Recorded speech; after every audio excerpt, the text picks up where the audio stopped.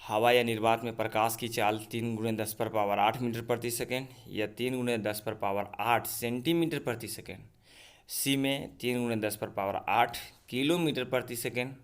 D में 3 × 10⁻8 millimetre प्रति second. तो इसका आंसर जो होगा वो ए नंबर 3 × 10⁻8 मीटर प्रति सेकेंड। आप यदि अगला क्वेश्चन को पढ़ते हैं तो अगला को आप पढ़िए। जैसे प्रकाश की तरंग उदाहरण है, प्रकाश तरंग जो है उदाहरण है, तो प्रकाश तरंग उदाहरण किसका है? ध्वनि तरंग का, कि विद्युत चुंबकीय तरंग का, कि आप यदि सी में इसका ऑप्शन देखते हैं तो सी में ऑप्शन दिया गया है कि पराबैंगनी तरंग का, पराश्रव्य तरंग का।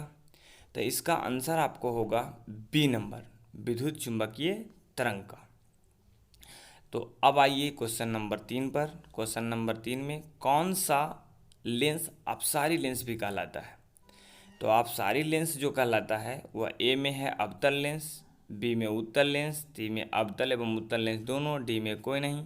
तो आपका आंसर जो होगा वह हो जाएगा अपसारी अवतल लेंस। अपसारी कौन कहलाता है? अवतल लेंस। अगला नंबर यदि आप क्वेश्चन पे पढ़ते हैं तो क्वेश्चन नंबर 4। क्वेश्चन नंबर 4 है जो बहुत अच्छा एकदम फेमस क्वेश्चन है। उसमें से आया है प्रकाश के अपवर्तन के कितने नियम होते हैं? पहला में 1, दूसरा में बी में 2, तीसरा में सी में 3 और डी में 4। इसका आंसर जो होगा वो ए बी नंबर।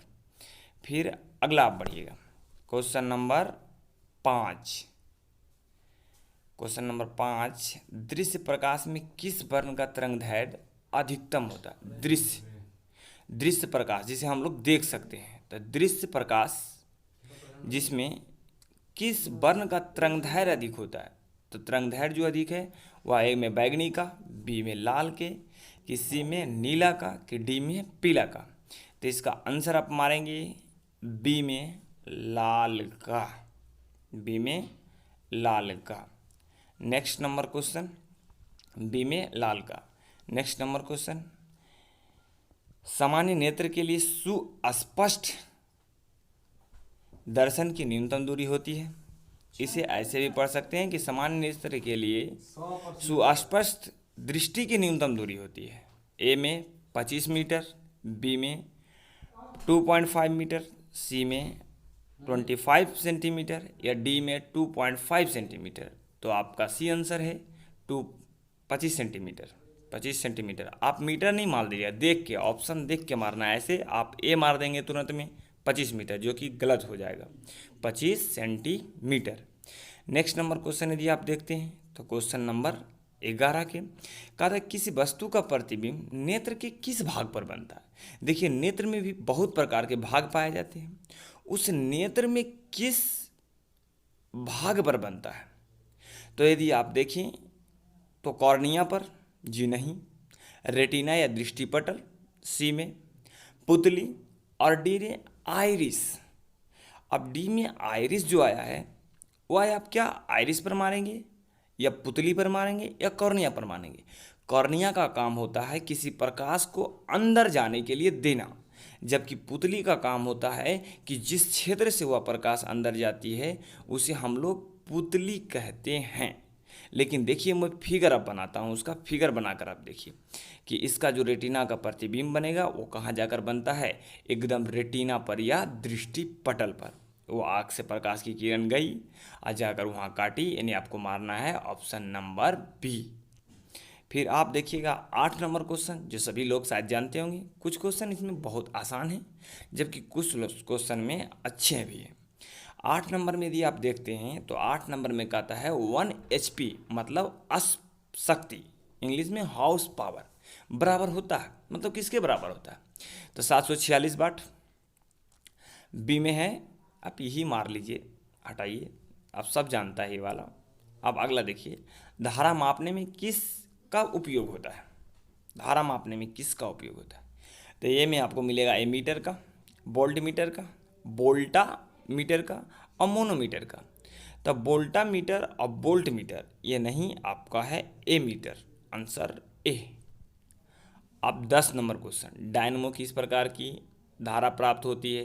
पहला दिया है दृष्ट धारा, प्रत्यावर्ती धारा, दोनों धाराएं इनमें से कोई नहीं, यानी दृष्ट धारा जिसे आप डीसी कहते हैं, प्रत्यावर्ती धारा जिसे आप अल्टरनेटिंग करंट कहते हैं। आप बोथ मतलब सी मतलब बोथ, लेकिन दोनों धाराएं डी में इनमें से कोई नहीं, जिसे नन ऑफ दिस कहते हैं। तो आप बी मारिए प्रत्यावर्ती धारा। फिर अगला देखेंगे 11 नंबर क्वेश्चन। 11 नंबर क्वेश्चन दृष्ट नहीं होता है, दृष्ट जो होती है वह मेन लाइन में पाया जाता है।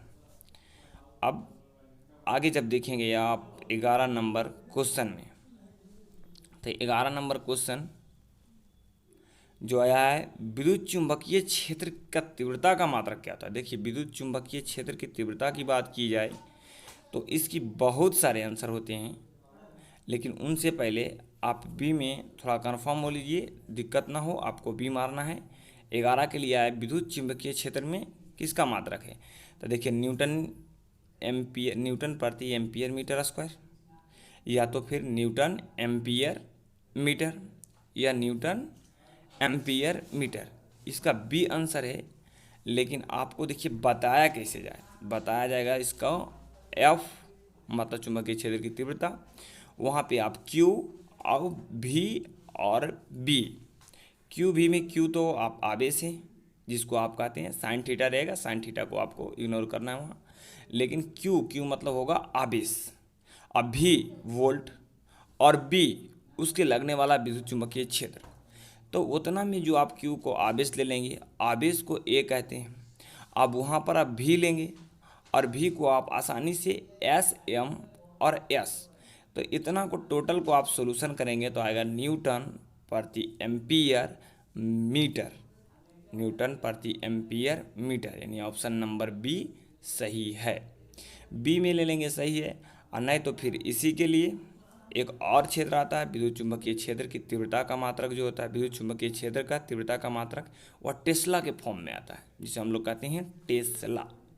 तो टेस्ला इसमें नहीं है, ए में भी नहीं, बी में भी नहीं, और सी में भी नहीं, और डी में नहीं, इसलिए बी नंबर ऑप्शन सही आपका होगा। आप टेस्ला रहता तो आप क्या करते हैं, टेस्ला मारते हैं, विद्युत चुंबकीय क्षेत्र की मात्रक टेस्ला। अब क्वेश्चन नंबर अगला आप जो देखेंगे एकदम बहुत अच्छा क्वेश्चन, जो बिल्कुल आप जानते ही होंगे कि नाभिकीय ऊर्जा प्राप्त करने हेतु, नाभिकीय ऊर्जा प्राप्त करने हेतु किसका प्रयोग किया जाता है।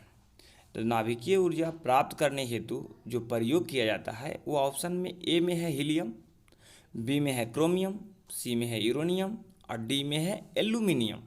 उनमें से कोई भी आंसर आपको अगर देखें तो ए में नहीं है, बी में नहीं है, लेकिन सी में है, और डी में, डी से कन्फ्यूजन हो गया, एल्युमिनियम, एल्युमिनियम नहीं होगा, होगा यूरेनियम, यूरेनियम, यूरेनियम, जिसका बहुत सारा नाभिकीय विखंडन में भी काम किया जाता है, नाभिकीय संलयन में भी, नाभिकीय विखंडन में, संलयन में दूसरा का काम होता है।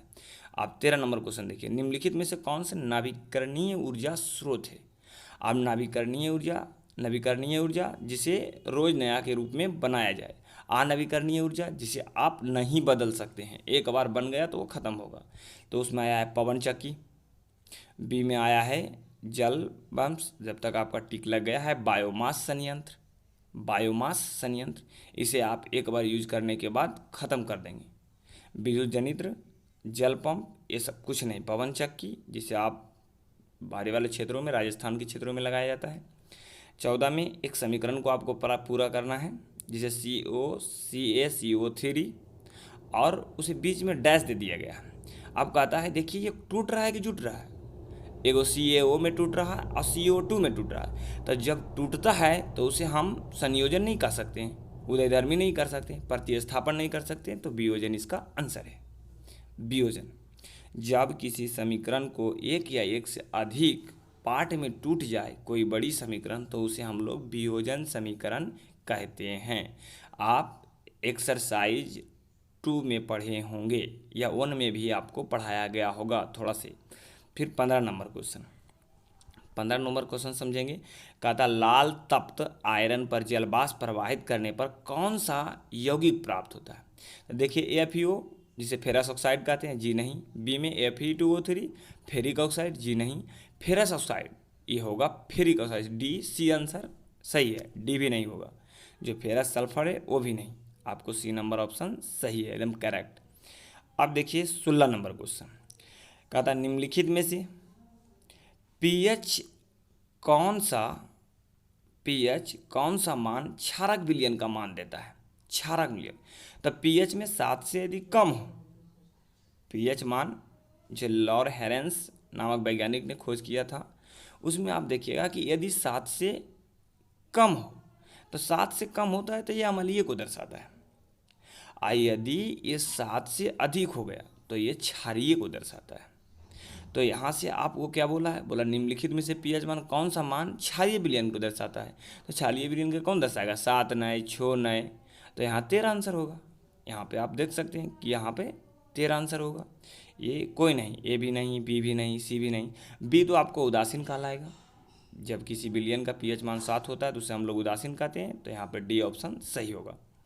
अब आइए आप लोग 17 नंबर क्वेश्चन में, 17 नंबर क्वेश्चन जो कहता है कि कोई विलयन लाल लिटमस पत्र को नीला कर देता है, उसका पीएच मान क्या है। देखिए, अगर आपको लाल लिटमस पत्र या लिटमस पत्र नहीं भी पता है तो आप ऑप्शन से पता लगा लीजिएगा कि क्या होता है इसका। ऑप्शन में देखिए, एक में 1 है, 2 में बी है, बी में 4 है, लेकिन सी में 5 है, और डी में देखिए 10 है।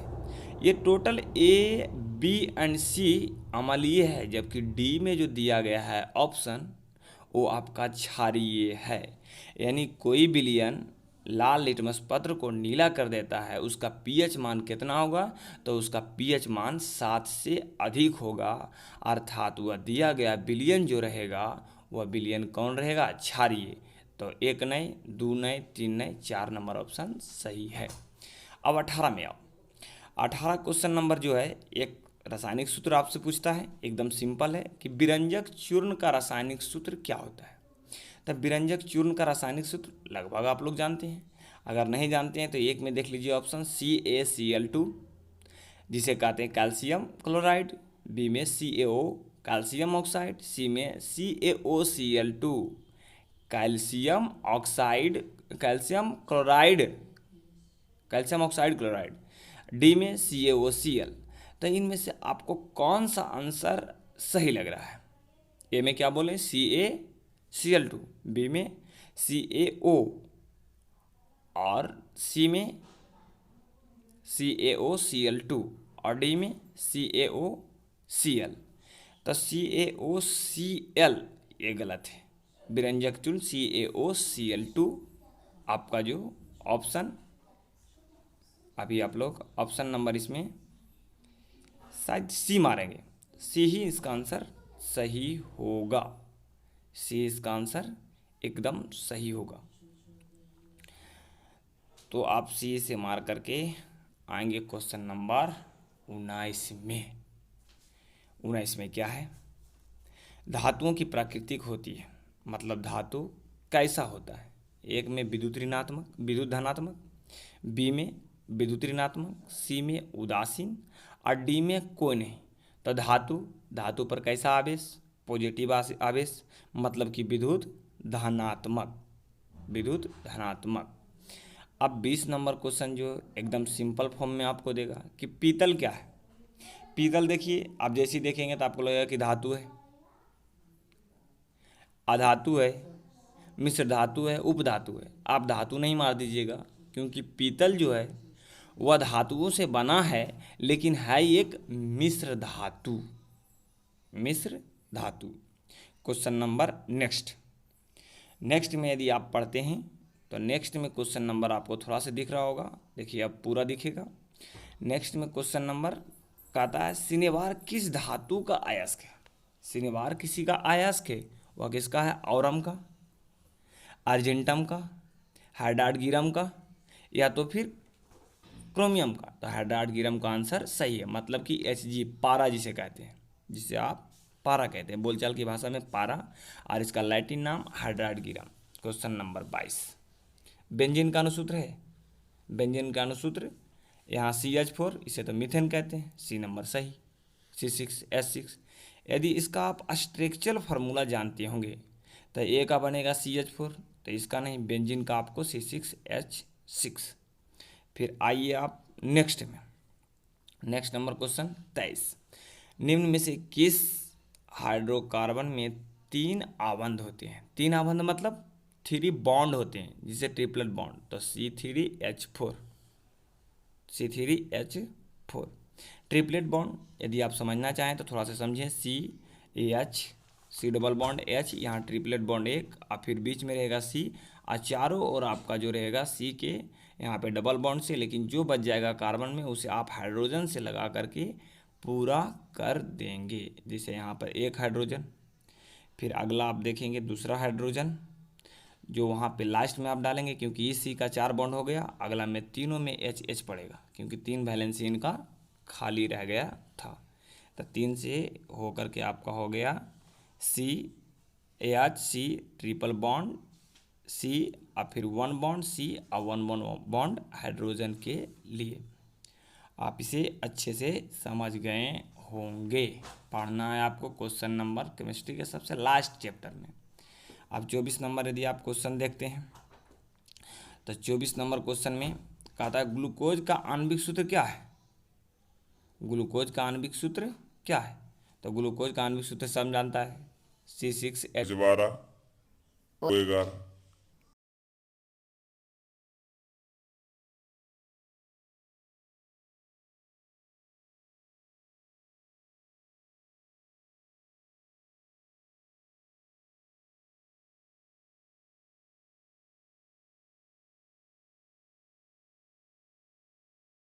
नंबर 25 में आप आंसर माने हीलियम। आवर्त सारणी के शून्य समूह का तत्व है हीलियम, और इनमें से कोई नहीं है। अगला, आवर्त सारणी के कितने वर्ग होते हैं? आवर्त सारणी में कितने वर्ग होते हैं? वर्ग आपका 18। यदि वह पूछ दे कि आवर्त सारणी में आवर्त कितने होते हैं, तो 7 आवर्त होते हैं। फिर क्वेश्चन नंबर 27 में देखिए, कहता निम्नलिखित में से, थोड़ा सा मिसप्रिंट है, किसे कोशिका का ऊर्जा मुद्रा कहा जाता है? ऊर्जा मुद्रा एटीपी को, ये तो एकदम आसान था। एडीपी को नहीं, एटीपी को। तो ऊर्जा मुद्रा किसे कहते हैं? एटीपी को। आहार नाल का सबसे लंबा भाग होता है, बाप रे बाप, ये बहुत बड़ा क्वेश्चन है। आहार नाल का लंबा भाग जो होता है वह छोटी आंत होती है, ग्रासनी नहीं, छोटी आंत, यही आंसर है। लेकिन आमाशय ये भी नहीं, और ग्रास नली ये भी नहीं। ग्रास नली और छोटी आंत में थोड़ा सा कन्फ्यूजन होगा, आप मारिएगा छोटी आंत। 29 नंबर क्वेश्चन, जो कि अगला नंबर क्वेश्चन 29 है, जो कहता है विक्र किस जैव पराक्रम का हिस्सा है? विक्र, जिसे इंग्लिश में क्या कहते हैं? किडनी। तो किडनी आप समझिए कि एक उत्सर्जन अंग है, या शोषण अंग है, या पोषण अंग है, या परिवहन है। ये सब कुछ नहीं। उत्सर्जन, शोषण, पोषण, परिवहन। उत्सर्जन इसका आंसर 100% सही है, तो आप मारेंगे उत्सर्जन। अब देखिए एकदम 30 नंबर क्वेश्चन, जो बहुत फेमस क्वेश्चन है, आपको थोड़ा सा दिक्कत करेगा कि डेंगू उत्पन्न करने वाले मच्छर जो होते हैं किस तरह के जल में उत्पन्न होते हैं? तो वह जल जो होता है उत्पन्न होते हैं वो खारा जल में कि शुद्ध जल में? शुद्ध जल में इसका आंसर सही है। आप खारा जल नहीं और गंदा जल नहीं मारिएगा, ऐसा समझिएगा डेंगू एक मच्छर है तो कचरा से मच्छर फैलता है, तो आप खराब जल में रहेगा या गंदा जल में रहेगा? गंदा जल में नहीं, शुद्ध जल में ये रहते हैं जो डेंगू उत्पन्न करते हैं वो मच्छर। तो डेंगू उत्पन्न करने वाले मच्छर किस जल में? शुद्ध जल में रहते हैं। अब क्वेश्चन नंबर आप 31 समझेंगे। 31 आपको पूरा नहीं दिख रहा होगा, ऊपर करते हैं थोड़ा सा, ऊपर यदि कर दीजिए थोड़ा से ऊपर, यदि आप करते हैं तो 31 नंबर क्वेश्चन जो बिल्कुल आप शायद बना सकते हैं। सबसे छोटी अंतःस्रावी ग्रंथि लो, सबसे वो छोटी अंतर, आप मेडुला में नहीं जाइएगा, एड्रिनल में जाइएगा, थायराइड में। थायराइड देखिए सब फेमस है, ऐसा नहीं कि तुरंत थायराइड मार के चल जाएं। इसको मारना है ऑप्शन नंबर डी, जिसको ऑप्शन नंबर डी आप मार के दिखा दीजिए, बच्चे को दिखाइए साइन मार करके, ऑप्शन नंबर डी, ठीक है। पिट्यूटरी ग्रंथि, जिसे पढ़ना क्या है? पिट्यूटरी ग्रंथि। देखिए एड्रिनल, मेडुला ऑब्लांगाटा जो एक मानसिक में भागने वाला है, एड्रिनल ग्रंथि सबसे बड़ी ग्रंथि है, लेकिन आपको मानना है वहाँ पर पिट्यूटरी ग्रंथि। मानव जनन अंग किस आयु में परिपक्व एवं क्रियाशील होता है? देखिए 12 से हमारा जनन युग 10 आने युग हो जाते हैं, 18 में परिपक्व होता है, कि 24 में होता है, 18 इसका आंसर सही है, 24 और 30 नहीं। तो ए से हमारा जनन अंग जो आपको दर्शन दिखलाने लगता है, लेकिन 18 इसका सही है। क्वेश्चन नंबर अगला, मुकुलन द्वारा प्रजनन किस में होता है? एकदम फेमस क्वेश्चन है। अमीबा में? नहीं जी। बी में ईस्ट में, सी में मलेरिया और डी में पैरामेसियम। आप इतना जल्दी क्यों मार देते हैं कंप्यूटर मास्टर? बी सही है। 34 कहता है, ऐसा नहीं आता है तो आप जल्दी से मार दें, आप थोड़ा मेरे अनुसार चलें। देखिए आप पागलों मार दिए, एक्सेस गुणसूत्र। ठीक है, अगला आए। अगला थोड़ा 34 नंबर हम नहीं पढ़ पाए, आप बढ़िया से कर लेंगे कंपेयर। अब उड़हुल किस प्रकार का फूल है? द्विलिंगी, एकलिंगी, दोनों, इनमें से कोई नहीं। जो हम पहले पढ़े ना, द्विलिंगी उड़हुल, उड़हुल किस प्रकार का फूल है? तो द्विलिंगी फूल है। ठीक ठीक है, आगे बढ़ाइएगा, थोड़ा और आगे ऊपर कीजिए थोड़ा सा। ठीक है, अब कहता है 36 नंबर क्वेश्चन कि मानव में कितने रक्त समूह हैं? 1, बी में 2, 3 में सी, 4 आंसर सही है। 4 आंसर सही है, यानी डी, 4 में 4। ओजोन परत पाया जाता है। ओजोन परत कहाँ पाया जाता है भाई? वायुमंडल के निचली सतह में, वायुमंडल के ऊपरी सतह में, वायुमंडल के मध्य सतह में, कि इनमें से कोई नहीं? नहीं, बी नंबर ऑप्शन सही है, वायुमंडल के ऊपरी सतह में, बी नंबर सही। 38 नंबर क्वेश्चन, 38 नंबर क्वेश्चन जो कहता है निम्न में से कौन सा एक जैव निम्नीकरणीय पदार्थ है? 38 नंबर क्वेश्चन, निम्नलिखित में से कौन एक जैव निम्नीकरणीय पदार्थ है? तो वह डीडीटी, जैव निम्नीकरणीय समझते होंगे आप लोग, कागज, वाहित जल, वाहित जल, तो डीडीटी। ठीक है, इसका ऑप्शन कौन सा होगा? डीडीटी। 39 के बाद एक और आएगा 40, और 40 के बाद ये खत्म हो जाएंगे। 39 का था वन संरक्षण का उपाय है। नए वृक्षारोपण द्वारा, वनों की कटाई पर, या जनसंख्या में वृद्धि रोक, या डी में इनमें से कोई नहीं। तो वन संरक्षण करना है तो इनमें से सभी, इनमें से कोई नहीं था, थोड़ा देखेंगे, इनमें से सभी। ये पहला भी सही है, नए वृक्षारोपण द्वारा, दूसरा भी सही है, वनों की कटाई पर रोक लगा दीजिएगा तो भी, जनसंख्या के वृद्धि पर रोक भी लगाए तो भी, यानी डी नंबर सही है। अब आप आएंगे कितना में? गर्म जल गर्म जल प्राप्त करने के लिए हम सौर जल ऊष्मक का उपयोग किस दिन नहीं कर सकते? मतलब यदि हमें गर्म जल प्राप्त करने के लिए हम सौर जल ऊष्मक उपयोग किस दिन नहीं कर सकते? तो कहता है धूप वाला दिन में, फिर कहता है बादलों वाला दिन में, कि गर्म दिन में, कि पवनों वाला दिन में। ये पवनों वाला दिन में एकदम कोई सेटिस्फाई इसमें नहीं करता है, किसी प्रकार का ये मैच नहीं करता है, बी नंबर सही है, बादलों वाला दिन में। तो आपका ये सेक्शन ख़त्म हुआ। ये सेक्शन नंबर 2, 1 भी हम पहले डाले हुए हैं। अब सेक्शन नंबर 3 भी आपका आने वाला है। जो सेक्शन नंबर 3 आएगा वो शायद नेक्स्ट कल हम इस पे लोड करेंगे इसी चैनल पर, जिसका नाम है मैथ बाय पीके।